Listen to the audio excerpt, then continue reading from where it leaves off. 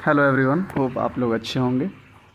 14 तारीख को जो पेपर है लेजिस्लेटिव प्रैक्टिस एंड प्रोसीजर का skill enhancement elective course regular सोल सबका होगा, ठीक है। सो इसका इम्पोर्टेंट क्वेश्चन लगभग 12-13 क्वेश्चंस है, उसको आप देख लें और इसका आंसर कहीं से भी ढूंढ के अगर आप कहोगे तो मैं भी अपलोड कर सकता हूँ सिंगल सिंगल करके, क्योंकि 4-5 पेज का मैक्सिमम एक आंसर चाहिए ही, मिनिमम तो 5 पेज या 4 पेज चाहिए ही, ठीक है। तो 14 तारीख को जो पेपर है आप देख लो, इम्पोर्टेंट क्वेश्चन है ये। फर्स्ट क्वेश्चन है कि पंचायती राज का अर्थ क्या है।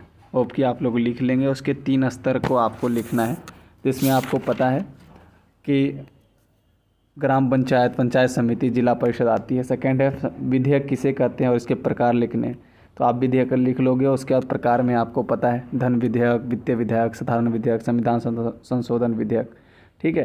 तो इसके बारे में आपको विस्तृत लिखना है।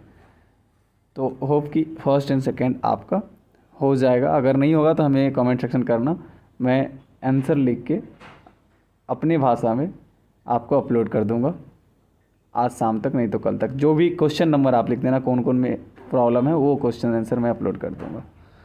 थर्ड क्वेश्चन, संसदीय समिति के प्रकार को आपको लिखना है। तो आपको पता है संसदीय समिति 2 तरह की होती है, अस्थाई और तदर्थ, लेकिन अस्थाई में 3 हो जाते हैं, वित्तीय समिति, विभागीय समिति, संसदीय अस्थाई समिति और एक तो तदर्थ समिति। तो इसके अंदर भी बहुत तरह के समिति है, तो उसकी भी व्याख्या करना है। दूसरा, विधेयक से कानून कैसे बनता है। आपको थोड़ा ओवरव्यू देता हूँ। विधेयक से कानून, देखो धन विधेयक नहीं होगा, कोई अदर विधेयक होगा, धन विधेयक छोड़ के, तो किसी हाउस में जाके इंट्रोड्यूस हो सकता है। वहाँ पे चर्चा होती है, 3 वाचन होता है, 3 रीडिंग बोलते हैं उसको इंग्लिश में। 3 रीडिंग के बाद अन्य दूसरे हाउस में जाता है और वहाँ से भी सेम प्रोसेस में पास होना था, फिर राष्ट्रपति के पास जाता है, ठीक है। तो अगर आंसर चाहिए तो हमें बता देना। नेक्स्ट है संसद सदस्य की शक्ति, कार्य और विशेषाधिकार को आपको बताना है। तो इसमें आपको विधायी शक्ति, निर्वाचन शक्ति, पर्यवेक्षी शक्ति, वित्तीय शक्ति, समझ रहे हो, अन्य विशेषाधिकार कुछ होते हैं संसद सदस्य का, वो भी आपको लिखना। जैसे कि संविधान संशोधन करना, 356, 52, 60 को लगवाना। उसके बाद देखो राज्य विधानसभा सदस्य की शक्ति, सेम ऐसे ही लिखना आपको। विधायी शक्ति क्या होता है, निर्वाचन शक्ति उसके अंदर क्या है उनके सदस्यों का, वित्तीय शक्ति क्या है, ठीक है। बजट क्या है, बजट को डिफाइन करना है, उसे तैयार करने से लेकर लागू तक का इसकी जो प्रक्रिया है उसको बताना है आप। उसके बाद है भारत में रेल बजट को परिभाषित करें। आपको पता है पहले रेल बजट अलग आती थी, तो उसे बताना है, ठीक है। 8 हो गए। आपको जो भी प्रॉब्लम होगा मुझे कमेंट सेक्शन में बताना। 73वें और 74वें संविधान संशोधन जो है वो मस्ट इंपॉर्टेंट है, आपको याद रखने हैं, और उसमें कौन कौन से सुधार लाए गए वो भी आपको याद रखना है, ठीक है। थोड़ा इसका बैकग्राउंड भी आपको जानना चाहिए। पंचायती राज व्यवस्था जैसे लागू हुआ तो पहले राजस्थान से शुरू हुआ था, कब हुआ, ये सब थोड़ा आपको, और कौन सी समिति आई 73वें 74वें में कौन से, ठीक है। तो ये सब इम्पोर्टेंट है, ये सब आपको डालना है, ईयर भी डालना है। भारत में लोकतांत्रिक विकेंद्रीकरण जो डिसेंट्रलाइजेशन में जो स्थानीय स्वशासन है उसकी क्या भूमिका है वो लिखना है।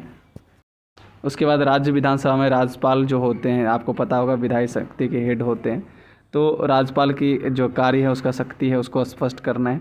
नेक्स्ट 12 नंबर क्वेश्चन है कि वर्तमान समय में जो है लोकतंत्र को मजबूत करने में मीडिया का क्या भूमिका है, आपको वो लिखना है।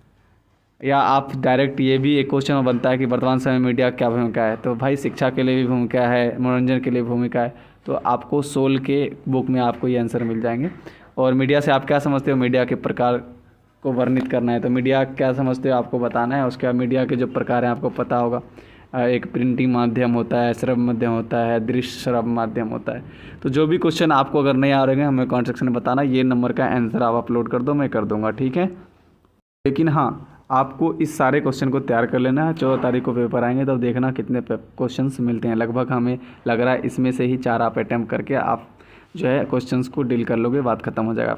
अगर हमारा वीडियो आपके लिए हेल्पफुल हो तो चैनल को सब्सक्राइब करना, वीडियो को लाइक कर देना, कमेंट जरूर करना कि आपको कौन सी क्वेश्चन आंसर चाहिए। Thanks for watching. जय हिंद, जय भारत। दोस्तों के साथ शेयर करना।